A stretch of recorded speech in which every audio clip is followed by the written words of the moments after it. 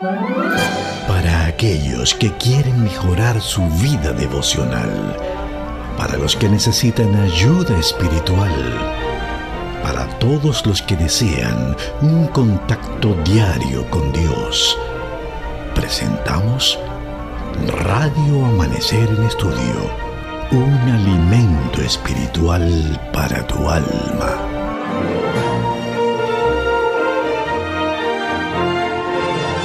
Saludos amigos, una vez más nos sentimos muy contentos de recibirles para juntos estudiar la palabra de Dios. Esta semana hemos estado estudiando la lección número 9, que lleva como título Bendito el que viene en el nombre del Señor.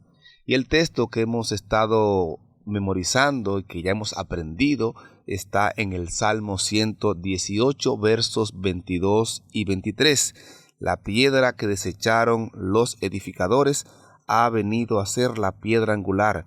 Obra del Señor es esto, es una maravilla a nuestros ojos. Y está aquí con nosotros el pastor Mario Rondón para dirigirnos en oración y enriquecernos con sus comentarios durante esta lección. Amén. Gracias, Pastor Mato. Saludos a cada uno de nuestros amigos y hermanos. Les invito a orar en esta hora. Padre Santo que estás en los cielos, te damos gracias por tu palabra. Gracias por todo lo que has revelado sobre nuestro amado Rey y Salvador Jesucristo durante esta semana de manera especial. Que tu Santo Espíritu nos guíe a toda verdad. Que tu Santo Espíritu también visite a cada amigo oyente, fortaleciendo su fe, dando crecimiento en la gracia y llenándole de esperanza en nuestro Señor Jesucristo. Gracias, Señor, por escucharnos. Gracias por bendecirnos. En el nombre de Jesús. Amén. Interesante, pastor. Bendito el que viene en el nombre del Señor. Y ese bendito que vino en el nombre del Señor es nuestro Señor Jesucristo. Él vino realmente para darnos la oportunidad de recibir lo que el pecado nos arrebató, lo que el pecado nos quitó, que es el derecho de tener la vida eterna, de vivir con Dios para siempre. Dios dotó al hombre de vida eterna, de vida abundante. Lamentablemente el pecado arrebató ese privilegio, ese derecho que teníamos en el principio de la creación. El texto de esta semana también nos habla de que Jesús es esa piedra que los edificadores desecharon. Y hacíamos mención, que cuando en Génesis capítulo 11 Nimrod decide edificar la torre de Babel, el texto bíblico dice que desecharon la piedra y decidieron tomar el asfalto, el barro, para hacer ladrillos, para hacer la edificación que llevaron a cabo. Ese deseo de Nimrod de gobernar y de conquistar toda la tierra, reinar sobre toda la tierra, era una intención de él subir al cielo. Era una torre que llegara a la cúspide. El deseo de Nimrod era de pelear contra Dios y llegar a la cúspide del cielo para vencer a Dios. Lamentablemente, ese sueño, ese anhelo de Nimrod, esa intromisión, diríamos, de él querer conquistar el cielo y vencer a Dios allí donde Dios estaba, fue frustrado, como bien sabemos y conocemos en la historia de la Torre de Babel. Pero siglos más tarde, otro personaje, Nabucodonosor, quien en los años de su juventud recibió la noticia de que su padre había muerto, pues conquistó, fue rey de Babilonia, y luego conocemos que en la llanura de Sinar, en el mismo lugar donde se había anteriormente edificado la Torre de Babel, Nabucodonosor levanta una estatua donde ésta era completamente de oro y que todos debían adorarla. Es así como el deseo de Nimrod toma continuidad. Lo que Babel no pudo hacer, ahora en Babilonia, confusión también, al igual que en Génesis, e intentan ahora dar continuidad a ese anhelo, a ese deseo. Pero la historia bíblica nos presenta que una piedra vino y chocó a la imagen en los pies, y ésta se desmoronó y fue destruida completamente, y esa piedra fue hecha un gran monte. La piedra que en Génesis fue rechazada por el barro, por el asbesto para construir la torre de Babel, para dar continuidad que ahora en Babilonia, a través de Nabucodonosor, se le da continuidad a la edificación, es destruida por esa piedra que fue rechazada, y esa piedra que fue rechazada es un gran monte que, dice la historia en el libro de Daniel, llenó toda la tierra.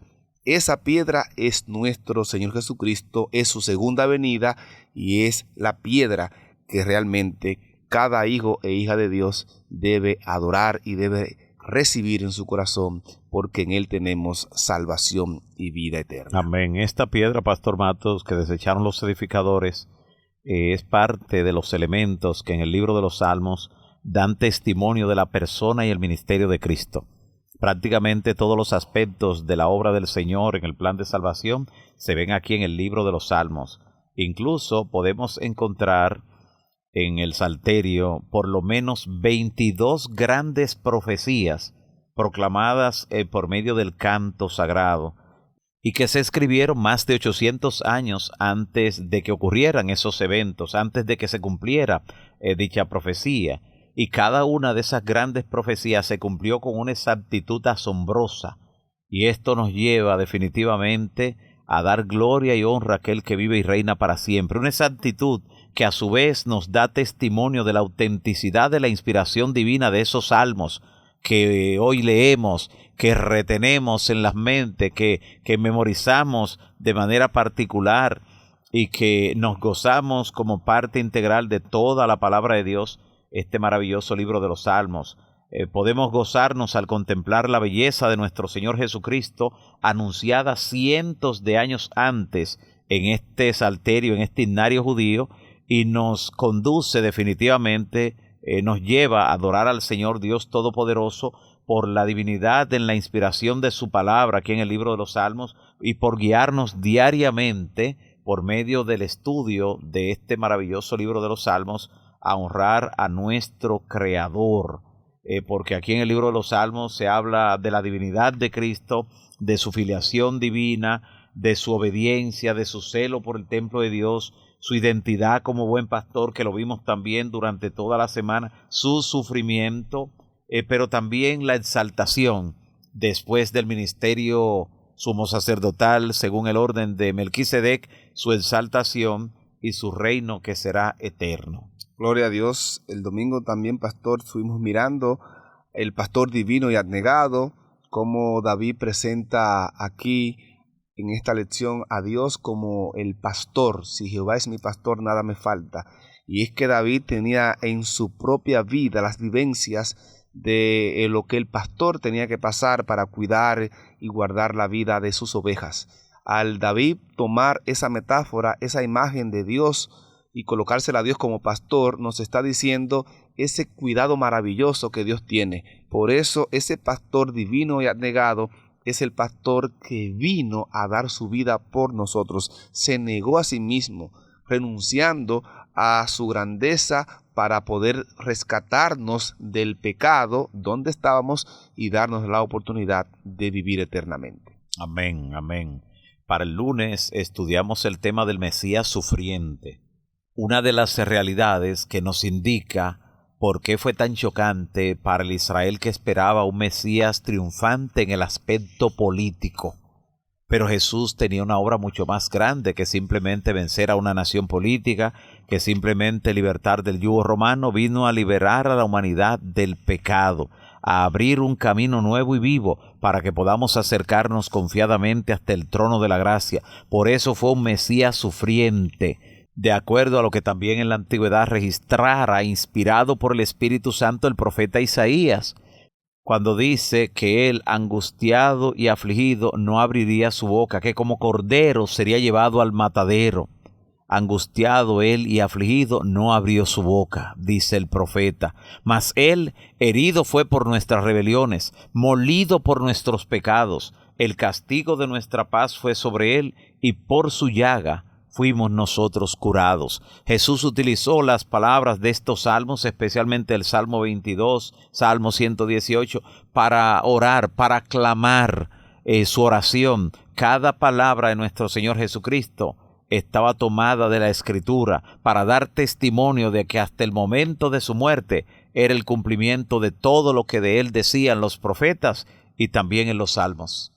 El martes estudiamos, martes 27, siempre fiel a su pacto. Leíamos en el Salmo 89 y este Salmo 89 decíamos que desde el principio el Salmo habla realmente de las promesas, de la fidelidad de Dios al pacto davídico, y esa promesa, esa fidelidad de Dios al pacto davídico no estaba basado en el ser humano, sino está basado en lo que Dios se ha propuesto, lo que Él ha dicho que haría. Vimos que cuando David, Natán va y le habla, dice: cuando se cumplan tus días de reposo y duermas con tus padres, entonces levantaré después de ti un descendiente tuyo, el cual procederá de tus entrañas, y yo afirmaré su trono para siempre. De manera que Dios cumplió con fidelidad el pacto que le había hecho a David. Y Dios, en la literatura bíblica del Antiguo Testamento, esa línea pactual se hace fiel al ver cómo realmente Dios su pacto lo cumplió con el pueblo, con la nación de Israel, no por la nación, no por ellos, porque ellos invalidaron el pacto de Dios. El mismo David invalidó el pacto de Dios, pero David se arrepintió y Dios cumplió el pacto de manera fiel, porque la fidelidad de Dios no estaba basada en lo que el pueblo podía hacer, sino en lo que Él se había propuesto realmente. Y ahora nos damos cuenta que cuando el Mesías viene, ahora Él cumple su pacto en Él. Y en Él nosotros podemos también entonces tener la seguridad de que Dios hará en nosotros, a través de Jesucristo, lo que se ha propuesto, cumpliendo así fielmente de darnos la promesa, el pacto de la vida eterna. Amén. Durante esta semana también estudiamos el tema el Rey Eterno de poder incomparable. Desde ese ángulo vimos cómo el Mesías se sentó finalmente a la diestra de Dios como alguien que ahora posee honor y autoridad sin precedentes. Además, la interacción entre el Padre y el ungido sugiere una intención muy clara de colocar a sus enemigos como estrado de sus pies, como indica también la profecía. Así que este Rey Eterno de poder incomparable es nuestro Señor y Salvador. Es a quien vio Esteban cuando estaba siendo martirizado, llenándolo de seguridad, llenándolo de esperanza.